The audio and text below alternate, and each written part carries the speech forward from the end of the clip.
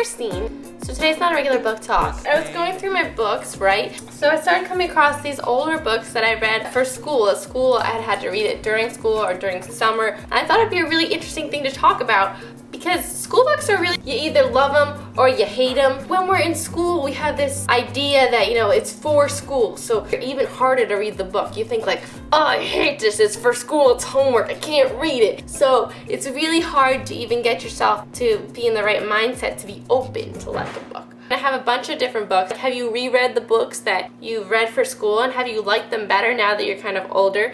Kind of have a different perspective on it, and maybe you could appreciate them more, because I don't know if I should reread a lot of things, because there's a lot of classics that I read in school that I really, really didn't like. I can't even look at them without thinking like, oh god, that book, So there's a few books that I remember really liking that I had to read for school. This is one of them. This Place Has No Atmosphere by Paula Danziger. 6th or 7th grade summer reading. I don't remember it per se. I thought this book was amazing, and I know they're making a movie of it, The Giver. You all read that, right? Great book. If you haven't read The Giver, I highly suggest it. These are all books that are very different from our normal genre. It's an easy read. It's so interesting. I remember just being like, whoa. Ender's Game. I actually remember enjoying this a lot too for a school book. I don't know if anyone has read them recently. If anyone has an opinion on these, let me know. And I remember hating this book. A book that I really loved in 6th grade was A Wrinkle in Time. Have you guys read A Wrinkle in Time? I blew through this and I was done like way ahead of the class. And has anyone read the series, and is it worth reading? Because I do have the second book and I never read it. The Adventures of Tom Sawyer. This is one of the ones I read in school. I know we've all read this, I think. And I remember enjoying this book a lot. I remember having a hard time deciphering some of the dialect. The first time I read Huck Finn, I remember absolutely not liking it because I could not get through it because of the dialect, and this was in middle school. I reread it junior year of high school, and I really enjoyed it. And this is one of the only classics that I have like really enjoyed. I guess, I don't know, people I think are judging me for that because I said I hated The Catcher in the Rye. Books for me are all about the characters. I remember reading Farewell to Arms. I don't have it because I hated it so much. It's Ernest Hemingway. Ernest Hemingway, oh my god, Ernest Hemingway. But the writing, everything is so true and blah blah blah blah blah. If I don't like the main character, there's no way I'm gonna be like, I love this book, because books for me are about the storytelling more than, it's more than just the writing. The characters in it have to be kind of likable and relatable, and I could not relate or like him at all. So yes, okay, great writing, but I hate that book. It was so hard to get through. Huck Finn is lovable. Another book that, don't judge me for not liking it, The Great Gatsby. I know John Green is actually rereading this for book club. I haven't read a look. I don't know if he has any of the videos up yet. I don't know why everyone loves this book.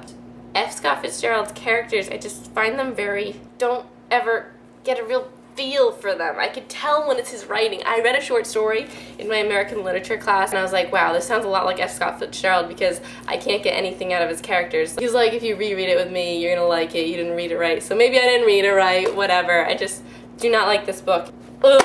Another book that I really liked that I had to read for summer reading that I suggest reading if you're looking for something really different. I thought it was so interesting. A Prayer for Owen Meany. Okay, the only parts in this I didn't like were the grown-up parts. He's kind of just sitting on a lake talking. There'd be like random chapters of it, but it's told kind of in flashbacks. I couldn't stop reading about. I don't want to give any spoilers away. I mean, it makes you think a lot. It has a lot of like religious symbolism and stuff like that. You can skip through the parts where he's older if you want. I was just blown away kind of by the storyline. I remember reading this in 5th grade. Did you guys have to read Hatchet? Did you have to read this book? I know, you probably, maybe you've seen the movie, Jack Nicholson.